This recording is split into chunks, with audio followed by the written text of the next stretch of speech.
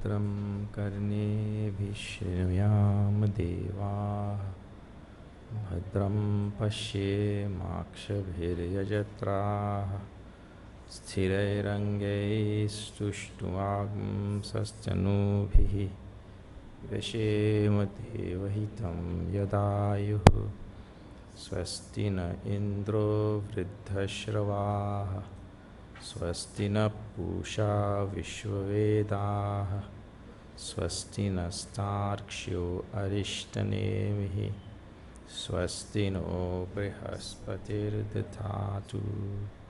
ॐ शान्ति शान्ति शान्ति. Okay, so we are seeing this Ātmā Upaniṣad, and the sage Angirasa says that the Purusha manifests as three Atmas, he calls it. Bahiratma, Bahyatma, Antaratma, and Paramatma. The first one is also called Ajayata Atma. And we are seeing now the Paramatma. Now Paramatma, as this passage itself we saw, is indescribable, but we can describe it by different ways, different lakshanas. Sometimes they say we can describe it in a positive way, or we can describe it in a negative way. We can tell what it is. Things can be described, na? What is this pencil? Pencil is something with which you write. There is a positive description. Then the other description is a negative description. A pencil is not used for seeing. So then you exclude what pencil is not. So by excluding this, excluding that, excluding so many things, you may end up with that thing. That is what the Upanishads use, the neti method, because it is not something that you can point out objectively, because the subject is the one who is trying to point out, and that Paramatma is the subject himself, the ultimate subject. See, the subject could never be pointed out. The object can be pointed out. That is the nature of an object. That is what is the definition of an object. So that which can be pointed out. Subject cannot be pointed out. So this self cannot be known directly. And that we saw from so many examples in the past and all. That, like the eyes can see all the things in the world, but the eyes cannot see the eyes. The eyes can see a reflection of itself also, but still cannot see itself. Like that. So the self is required for knowing all things in the world. Paramatma is required for knowing everything in the world. But Paramatma itself cannot be known directly like that, as an object. These all things we'll see. Now see. Yesterday when we left it, Sakshi Bhuta Shuddha Niravayava Atma. There is. It is without parts, like space. The rule in Vedanta is, which comes from Nyaya and Vaisheshika and all, is from Nyaya mostly. So anything with parts will come apart. Means it had parts. It came to be with parts, and so it will also come apart. Like for example, a human being, he starts out with one cell or two cells, right? So those are his parts, and then he kept adding more parts, and then he end up with 100 trillion cells or whatever, like that. So he's made up of parts. So whatever came to be by parts will again come apart. You have to part with that idea now. Kevalaha. Next word is. Means the Atma is without parts, so it never comes apart. Kevalaha is the next word. Kevala means one and only. One and only. Kevala. One without a second. The the reason why we cannot have two Atma here, even though we have three Atma in here, we cannot have two Atma or two Paramatma or two reality, is because, you see, like we have these two objects. Wherever the pencil is, the watch is not there. And wherever the watch is, the pencil is not there. In other words, wherever you keep the pencil, you cannot keep the watch in the same place. Once one thing has occupied the space, that limits you putting any other thing in that space, because that space is already occupied. So now if you had two Paramatma now like that, wherever one Paramatma will be there, you cannot have the other one. Means one will limit the other, and if one limits the other, that means the both will be limited. And Paramatma is described, the reality is described as infinite and unlimited. So God will be limited. Now what is the problem if God is limited? If you have two Paramatma, like in some religions and all, they have God and Satan, and those two fellows are independent. That is an impossibility if you hold God to be infinite. If God is held to be infinite, that is an impossibility. Because if you are saying on the one hand God is infinite, and then you are saying that there are two beings who are independent, that means where one being is, the other being is not there. And if the other being is not there, that means there is some place where he is not. That means he is limited. So you are saying that he is limited and he is unlimited at the same time, if you say that there are two. That is a total contradiction. So this reality is described as Kevala. Now, how if we say that this reality is one and only? There is reality and there is this world also. Well, the only other thing that you have to say now, the world is the reality. The world and reality is one and same. It means the reality appears as the world. Like the rope appears as the snake. So if when you see snake, the fact that you are seeing a snake, that doesn't mean to say that there is a snake. The fact that we are seeing a diversity in this world doesn't mean that there is a diversity. How? Well, simple. All the things in the world which you think to be individual objects, if we look deeper into them, we realize that they are actually made up of existence. Everything, huh? This is made up of existence, and this is made up of existence. And distance here is space. That space is also made up of existence. So you may be seeing a diversity, you may be seeing more than one thing, but that doesn't mean to say that there is more than one thing. In other words, what we see and what the reality is, they are two different things. And that is what we call in the human mind delusion. Means he sees many, but the fact is that there is only one. And delusion is when we see, think, or understand other than what the thing is. That is called delusion. So the human being is deluded. He thinks that there are many, when in fact there is Kevala. There is only one. There are no many. Kevalaha, the self. Now,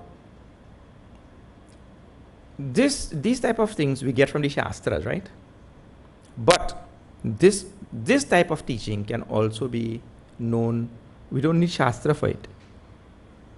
When the Shastra tells that there is only one, but if we take our thinking, ordinary thinking, to its zenith, we will realize there is only one also. Because like science tries to do that. It goes down into everything. What is it made up of? Atoms. What are the atoms made up of? Smaller particles. What are those made up of? Smaller particles. And they go down, down, down. Then, all this, at the end, it is all made up of energy.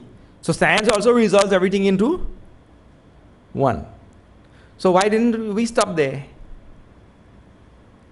Why didn't the Rishis stop there also? Everything is made up of energy. Why are you talking about Brahman and all? Because energy changes.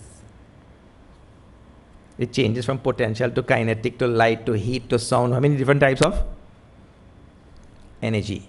Energy changes. So change could not have been admitted for Paramatma. If you admit change for Paramatma, you're down what do you call that? Water slide. Once you leave it top of that water slide, there is no stopping till. So if you admit change for the reality, you are in trouble. The change means what? That thing will eventually perish. It will die. That is the nature of change. Means when the boy changes into an adult, the boyhood dies. An adult comes. The childhood dies. Adult comes. For every change is like that. One thing must die and another thing will come. There are some philosophical traditions that admit that that the reality is going on changing. One state is dying and another state is coming. So the eventual outcome of any change is that one day it will cease. Because if you admit change, that means you admit any type of change. Any type of change could happen. And one ultimate change is it goes out of existence. It vanishes. That is also a change. Disappears. So the Rishis did not accept this change for this reality. The reality is one and unchanging also. That is called of avyayaha. That word is not coming here, but it comes in Bhagavad Gita. Avyaya. So when we say kevala, it is one. I was telling we don't need the Shastras to know that there is one thing in this universe. We just have to go deeper into things. And science takes it as deep as energy, which is the whole universe is energy. And they say in motion. Energy in motion. Everything is energy in motion. But we say, no, that energy now, it exists or not? Yes, the energy exists. And all things in the universe exist or not? Yes. So the building block of the universe is existence. And existence does not change. So the change which we are seeing in the universe is also an illusion, like the illusion of diversity. Diversity is an illusion. If this exists, this exists, this is made up of existence, this is made up of existence, the space in between is made up of existence. Separateness also exists. So everything is made up of existence. So the fact that we are seeing a diversity, that is an illusion. Change is also the same sort of illusion. See, it is like let us say the ocean has 100 trillion cubic yards of water. 100 trillion cubic yards of water in the ocean. So all day you see the ocean changing, waves coming, going, tide rising, coming, this, that, and at the end of the day, what has really happened to the 100 trillion cubic yards of water? Nothing. It is still. So you are seeing change all day. Waves coming and going, tide coming and going, this, that. You were seeing so many things. But in the end, when you add up what actually happened, nothing happened. It is just same as when it started. In the case of the ocean, when start of the day, you measure 100 trillion cubic yards of water in the morning, and you come back in the evening with all the change and all the waves and up and down and tide rise and this and that, or whatever change you want. And in a day, it formed into ice and again melted. All is a change. But in the end, when you measure, you will get the same 100 trillion cubic yards of water, and then nothing has change. So there is an appearance of change. That is called an illusion. There is really no change. The fundamental substance remains the same. And therefore, even science says matter and energy can neither be created nor destroyed. So the matter and energy remain constant. So if it remains constant, that is also saying that there is no change. Yeah. So we don't mind also if we add this other discovery of science, matter and energy, they are neither created nor destroyed. Then we can say yes, then Brahman is also energy. And in fact, we have something called Jnana Shakti, some word like that. Brahman is Satyam Jnanam Anantam. That Jnana is also Shakti, power, the power of knowledge. So anyway, the word is Kevalaha. And the moment we invoke the word Kevala, there are so many things that follow. It is one. If it is one, there is no second.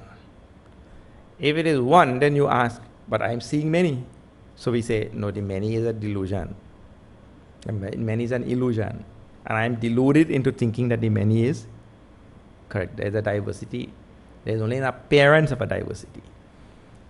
There is no diversity. And we are seeing everything. If there is one thing, then there is no change. How we are seeing everything changing. Change is also an illusion. All such questions will come. So that is how you go on doing vichara. It is called as sukshma. Paramatma is called as sukshma. Yesterday I explained sukshma to you. I already explained sukshma when I was trying to explain something else. Sukshma means that which is subtle.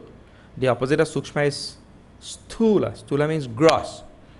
So sukshma, subtle, means that which cannot be perceived by any of the faculties. It cannot be perceived by any faculty. That is called as sukshma. If it can be perceived by any faculty, then it is a little bit grosser. And if it can be perceived by all the five senses and all, then it is most gross. So it is measured by, sukshmatva is also measured by pervasiveness. Just now it will come here, sarva vyapi. Sukshmatva, the more subtle a thing is, the more pervasive it is. The more gross it is, the less pervasive it is. This is the second measure for sukshmatvam. So, this thing is more gross. Because how pervasive it is? Well, it takes up 1 inch by 1 inch by 1 inch diameter, right here. So what pervasive? It doesn't pervade anything. But the air in this room, sukshma, subtle, it is more pervasive. It spreads out over a bigger area. And see, the air has also a limit. It goes up till about 1 or 2 miles in the sky, right? After that, no air.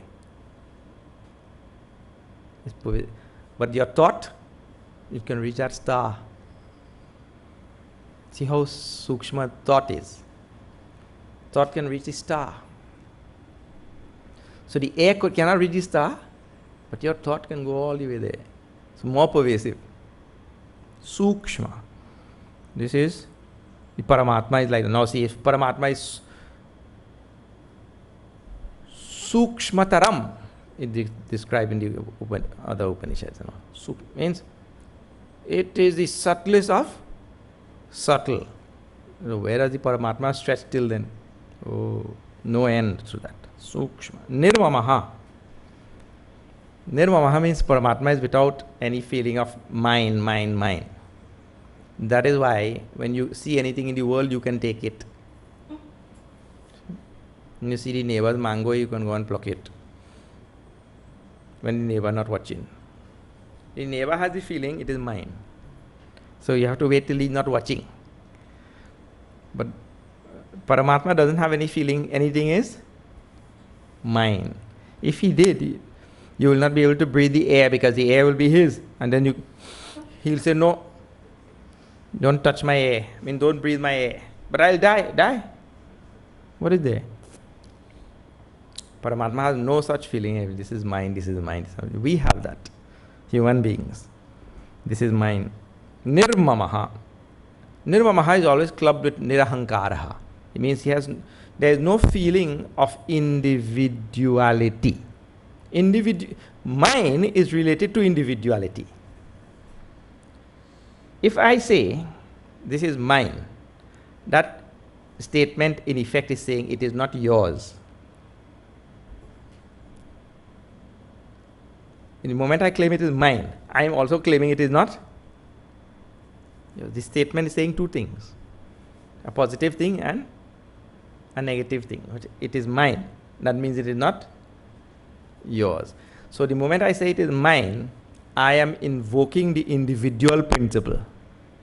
And the individual principle is an exclusive principle. It excludes the other. When I say something that evokes the principle of individuality, that principle excludes the other person. So, now, if Brahman were to say, this is mine, he will also be invoking the exclusive principle. And if he is invoking the exclusive principle, it means he is an individual and he excludes others. Now Brahman becomes just like everybody else. He is an individual also. And he is possessive. And some days he may allow you to breathe air and some days he may not. Like that. See, all what things will come to Brahman if he has this feeling of mind. If he invokes the individual principle, we will all be in trouble. Thank God he doesn't have. Niranjanaha. Niranjanaha means spotless. Means without any blemish. Niranjanaha. So, now see. You know, as you go higher, the air gets thinner and thinner. Those people who are a bit high altitude and all, they'll know. We had taken a trip to South America, and when we reached certain places there, people couldn't breathe. You know. You just say, sit down. Because they went up to 12, 13,000 feet. Then you can't breathe properly. So the air gets thinner. So what? The air... One fellow was saying, you know, which place has the most stupid people in the world? New York City. The other one said, what? How New York City? Because he was from New York. How you mean New York City has the most stupid people in the world? He said, yes. My geography book tells me that in New York the population is most dense.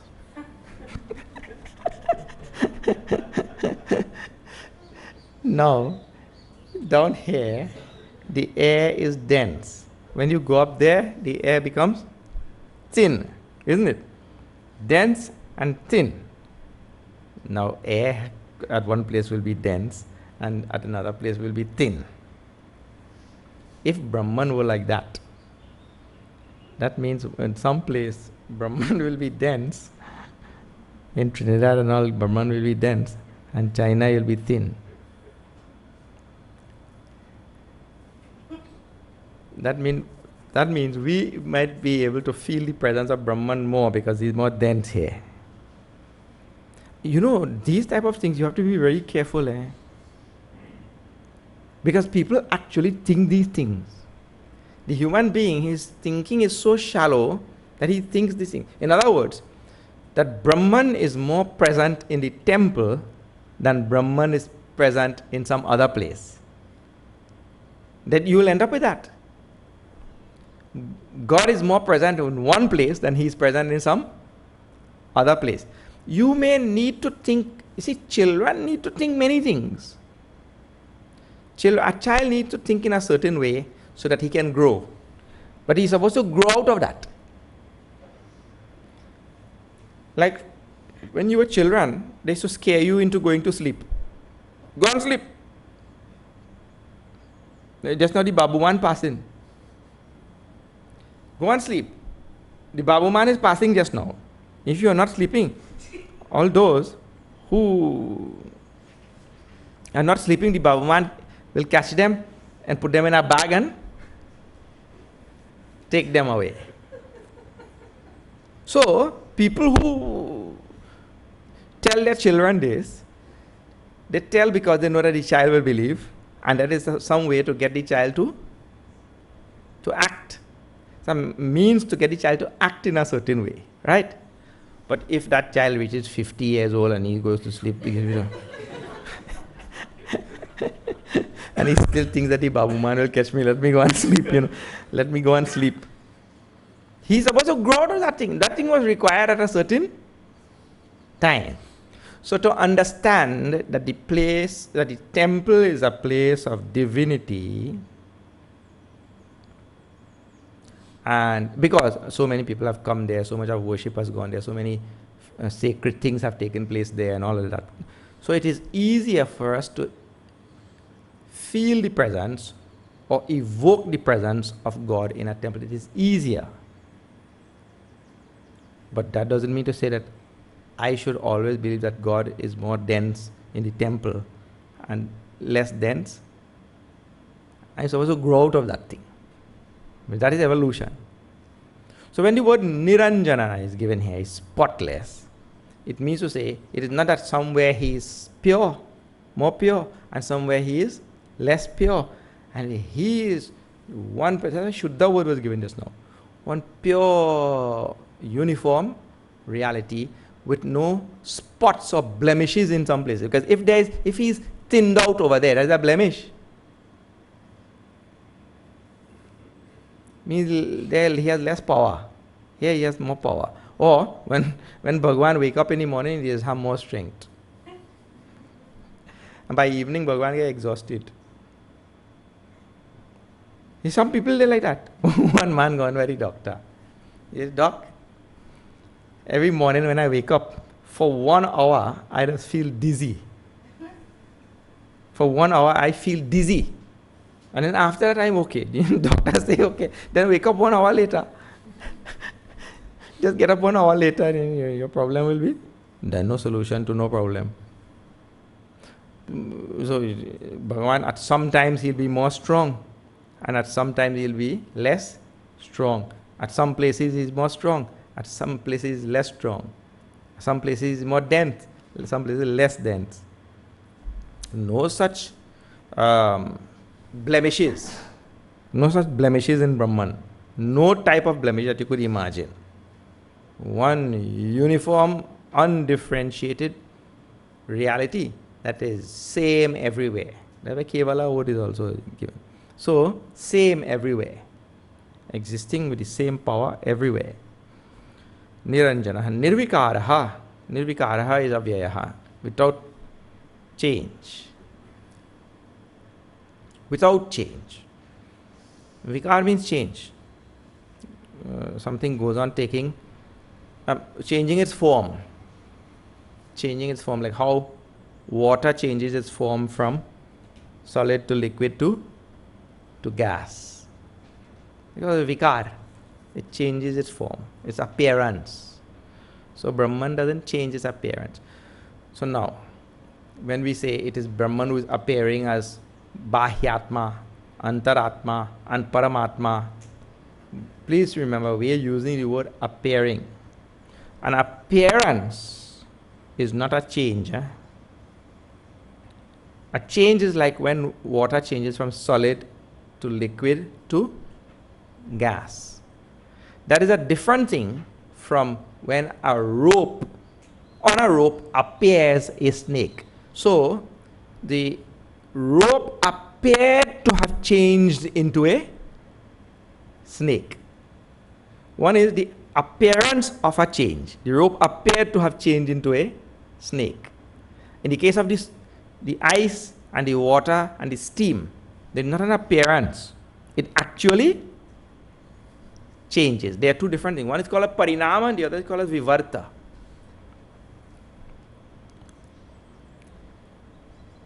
Parinama means an actual change, like one thing, like milk changing into dahi, curd.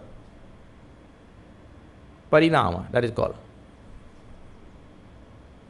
And the other one is vivarta. Vivarta means an appearance. So the snake is an appearance on the rope. The rope did not change into a snake. In the case of a parinama, like the milk and the curd, the original material is gone. Like when the child changes into the adult, you cannot get back the child. You cannot retrieve the child. Child is gone. That is called parinama. But a vivarta, whatever the substratum, in this case the rope, appears as, in a vivarta, whatever the substratum appears as, in this case the rope is appearing as a snake. So there appears to be some kind of change has taken place there. But in that type of vivarta, the substratum remains untouched, unchanged, unaffected. It doesn't modify in any way.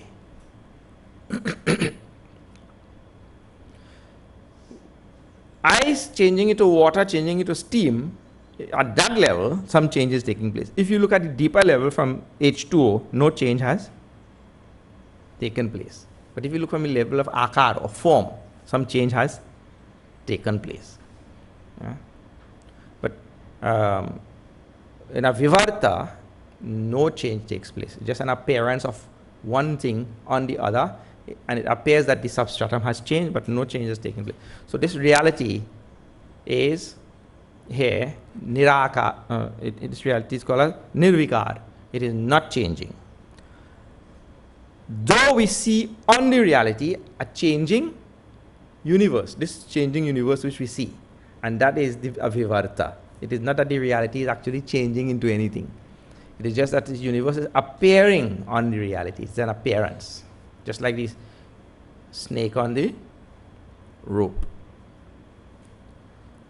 So the appearance or the vision which all of us have is change. But don't think that anything is changing. I told you just now that is an illusion. And the next phrase says, Shabda Sparsha Rupa Rasagandha Vivarjitaha. It is beyond. Now what is this Shabda Sparsha Rupa? See. We have 5 senses. And the 5 senses correspond to 5 sense objects. The eyes see forms. The ears, they hear sound. Like that. So, the 5 senses correspond to 5 sense objects. Sound will be the sense object. Form will be the sense object. Like that. These 5 are referring to those sense objects. Shabda, sound. Sparsha means the objects which are touched. Shabda Sparsha Rupa, forms. Rasa, tastes in the world.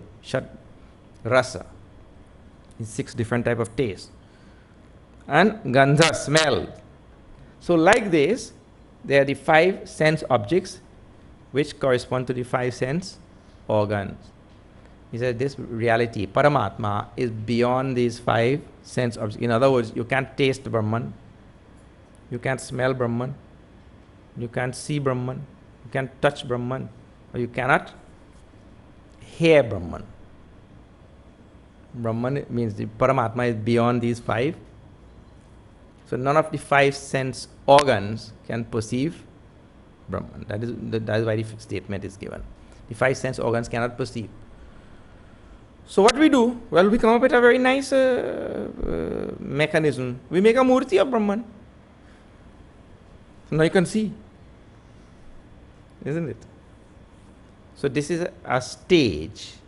This is a step in our evolution, in our development. A necessary step also. Necessary step. If people think this is unnecessary, it is untrue. It is absolutely necessary. And if anybody tries to evade that step, to get something to represent Brahman, to get something to represent Paramatma, if anybody is trying to evade that step, they will find, and if you really look, you will find that that evasion is also false. We can't evade. So in some traditions, for example, they don't like to put any form for God. They don't like to. There are many things about God they don't like to do, but you just replace it with something else, and they don't know that they're doing that. They don't put a form for God, but they put a name. No form, but they put a name. And they don't put a particular type of form, but they have an idea in their head what is God. But God is an idea or what? God is reduced to an idea. So in their head they will have an idea, a concept of God. So you just replace a form outside with a concept, but God is not a concept. So we can't evade some representation of God. So God is without form, is formless and changeless. See, he has a nirvikar, changeless, and the other word becomes a nirakar, formless. Those two words, see, akar word is there also, vikar and akar. So the two have to be understood together. If I say he is changeless, that means he is also formless, nirakar. Shabda sparsha rupa rasa gandha, and is beyond the five sense object, cannot be perceived by any of the five sense organs. Then nirvikalpaha. Nirvikalpaha. Nirvikalpaha means is without any doubt. This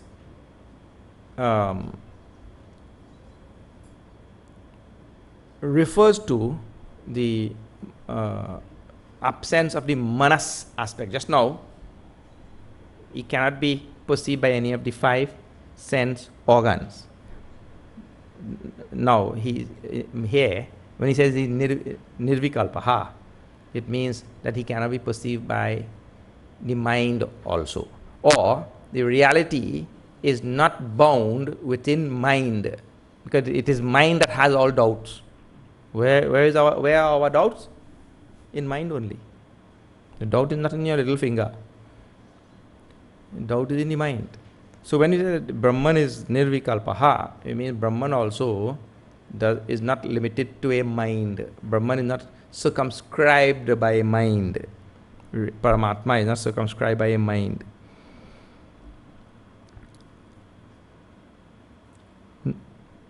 Nirakangsha. Nirakangsha means without any expectations. Brahman doesn't get up in the morning and say, oh, I hope it rains today, my plants need some rain. Poor fellows have been suffering.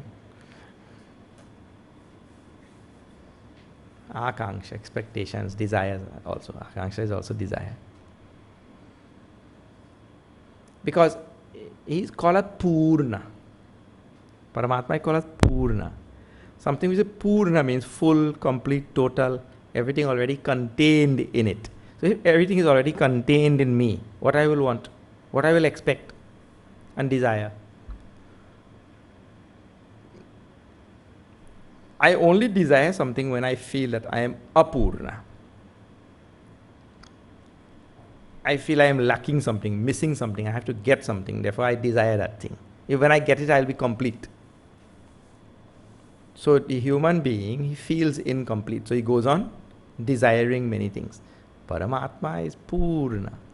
So therefore, he is Nirakangsha, doesn't expect or desire anything. I am waiting for this, waiting for that. Otherwise, human being is always waiting for this and waiting for that. I am dying to go to preschool, dying to go to primary school, dying to go to high school, dying to get married, dying to have children, dying to retire, dying, and then he's dead. Because all life he was only dying. Because he's expecting the next one, waiting, desiring. Sarvavyapi. You please pay attention to this word. All religions say that God is Sarvavyapi. All pervasive. God is all pervasive. All religions say that God is all pervasive. This is first thing. Second thing, what religions mean by God is all pervasive is different. And this is a big, big difference between Hinduism and the other religions. So you ask, God is all pervasive in any religion you ask? Yes. They will admit, God is all pervasive. Oh. So you mean inside that dirty, stinky cesspit, God is inside of there. Then he'll say, hey, don't say like that. That's blasphemy, you know. That's blasphemy. How you say God is in that dirty, stinky thing? So now, just now, the same fellow said, God is all pervasive. Now he excludes certain places where God is, isn't it? God is not here, not in that. And all bad places he'll exclude. So now God is only restricted to all good places. But just now you said he's all pervasive. What happened to your concept of all pervasiveness now?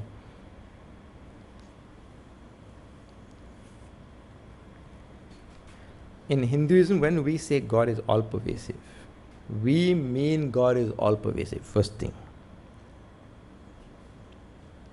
Reality, Paramatma is all pervasive. How? In the form of existence. Whatever you call as stinky and this and that, it exists or not? It is made up of existence only. So the first thing is, when we say God is, Paramatma is all pervasive, we mean literally Paramatma is all pervasive. They say this in one hand and then they take it back in the next. He's all pervasive, but he's not in these places, you know. These places are bad places. He's not there. Who is there? Satan or somebody else. Second thing, when we say, this second point has to be understood about Sarva-Vyapitvam. When we say that God is all pervasive, Paramatma is all pervasive, Sarva-Vyapi, we mean Paramatma is everything. It is logically impossible to say that Paramatma pervades this watch. Where Sarva-Vyapi means all pervasive. Paramatma pervades this watch. And Paramatma is not this watch. You can't say that. The moment you say Paramatma pervades this watch, because it pervades everything, Sarva-Vyapi. The moment you say that Paramatma pervades everything, that logical conclusion of that statement is Paramatma is everything. And you please remember, when you start saying that, oh, but everything is changing, I told you change is an illusion. Change is not real. Everything is unconnected. Unconnectedness is illusion also. If you say Paramatma is everything, then you say Paramatma is broken up. Paramatma is diverse. Paramatma is changing. Paramatma is taking birth. All these are changes. Change is an illusion. Like I told you, the ocean, you may say it has changed all day, up, down, it is coming and going. But in the end, no change. Water remains wet, and the 100 trillion cubic yards of water remain same. No change has taken place. So, if we say Paramatma is everything, and then you start asking, well, everything is coming and going, dying, and this and that, you say that is an illusion. Right? Not real. That's just like ocean, coming and going, and waves come, they are born, waves die, stay for a while, die, this, that. But in the end, like that. So, it is Sarva-Vyapi, means it is everything. Saha Achintyaha. Saha Achintyaha is unthinkable.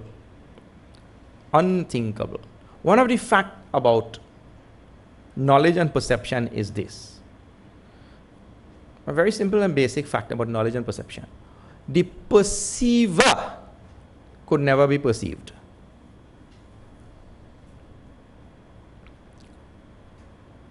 Like in the case of the eyes, you see, if I touch this, I cannot tell it is yellow. Because touch cannot perceive colors. What can perceive colors? Eyes. So the eye is the perceiver, and the object, the yellow, is the perceived. Right?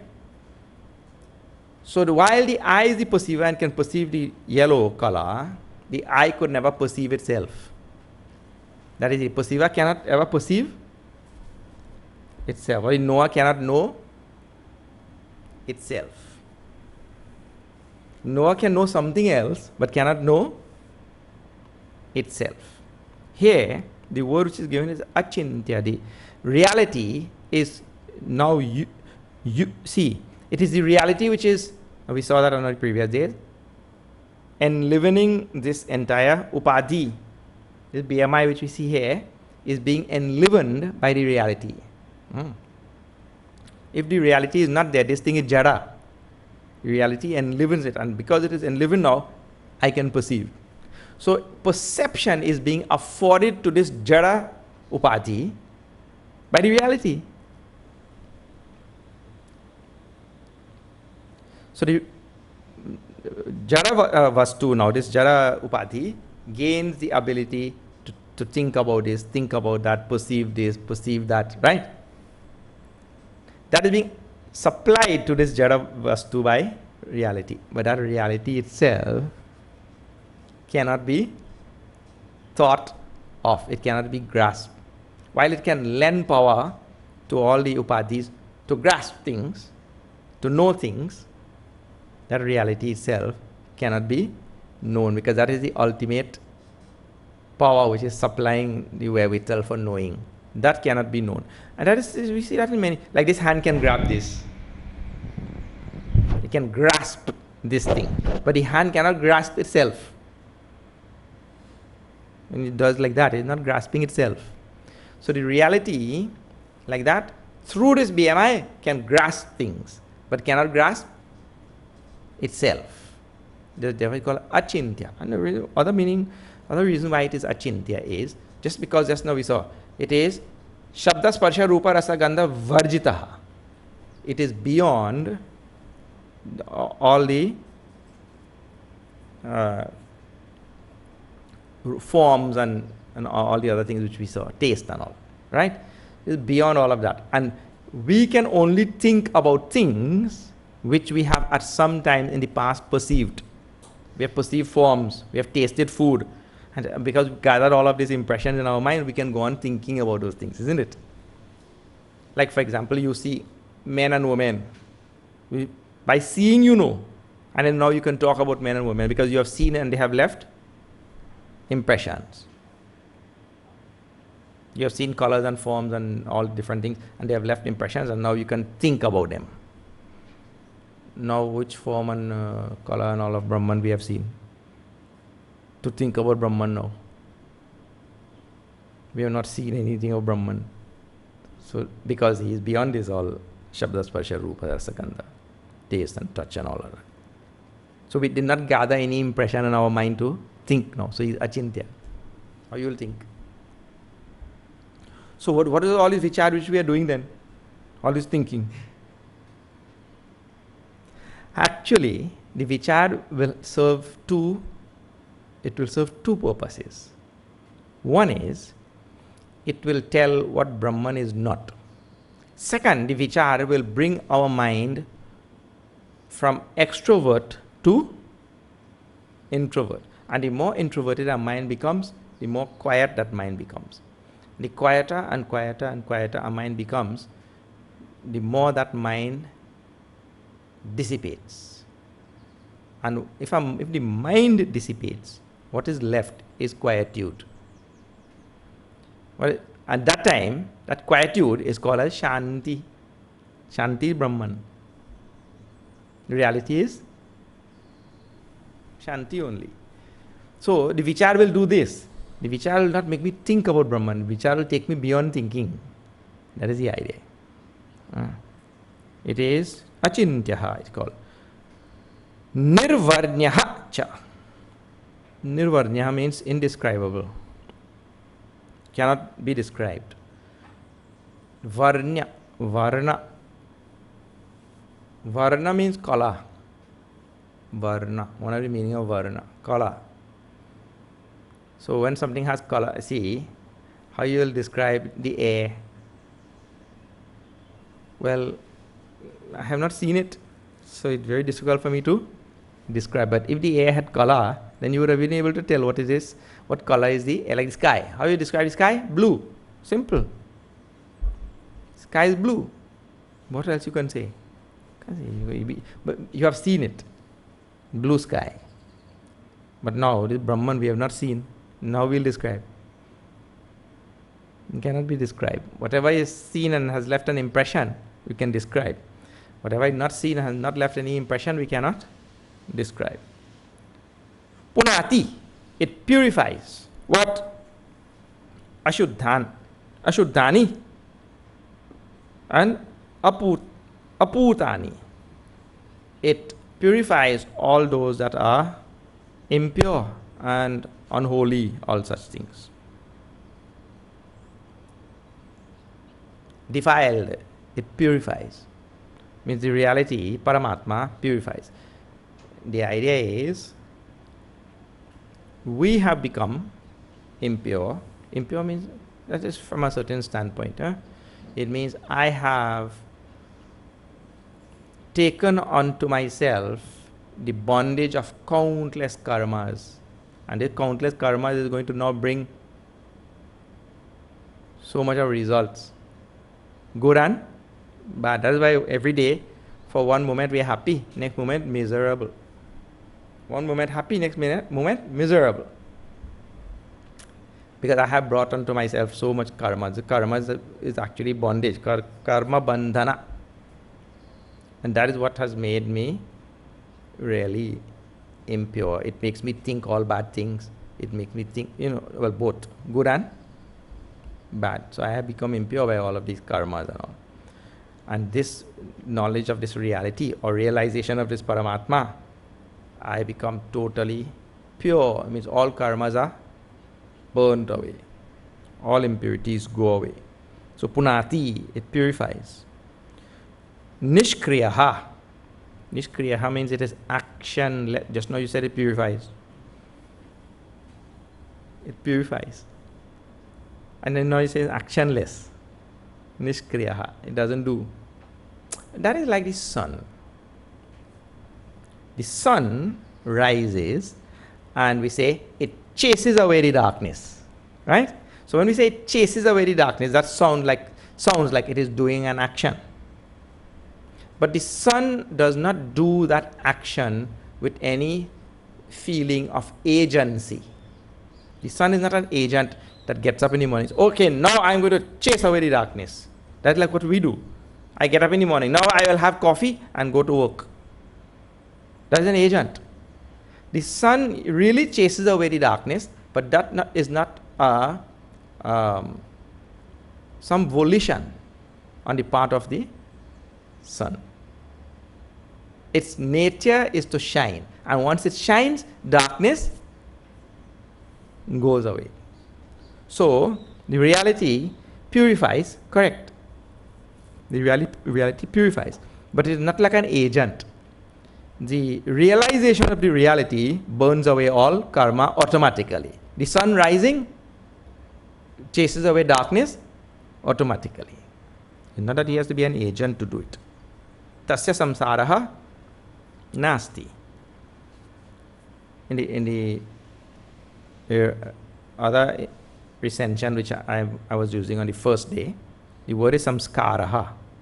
No impressions are left. No impressions are there in the Brahman. An impression, because an impression gives rise to an action. An impression will give rise to a result. So many things. So no impression. And that is what gives rise to samsara also. Samsara means this world of pairs of opposites, birth and death and all the sorrows and all that. So the two words actually are very close, and either recension is just as good. It means for Brahman, for Paramatma, there is no samsara. There is no pairs of opposite, birth and death, coming and going, joy and sorrow. There is none of that. And all of that is caused only by samskar. Means all the impressions left from previous lives and all of that. So in this Paramatma, there is no such thing. Nasti. Devoid of any bondage, in other words. Paramatma is free. So the one who realizes this Paramatma, he also becomes free. There is no bondage. Now, an interesting thing is, the Ramakrishna Mission publication that I was using, the Upanishad ends here. That is the end of the Upanishad. But that is interesting because the rest of the Upanishad, which we have in this recension here, is all given in metered forms now, verses. So it will be strange to see how it is given in prose here, there is no verse, and suddenly verse starts in the middle. So, but what to say, it is Upanishad, anything is possible.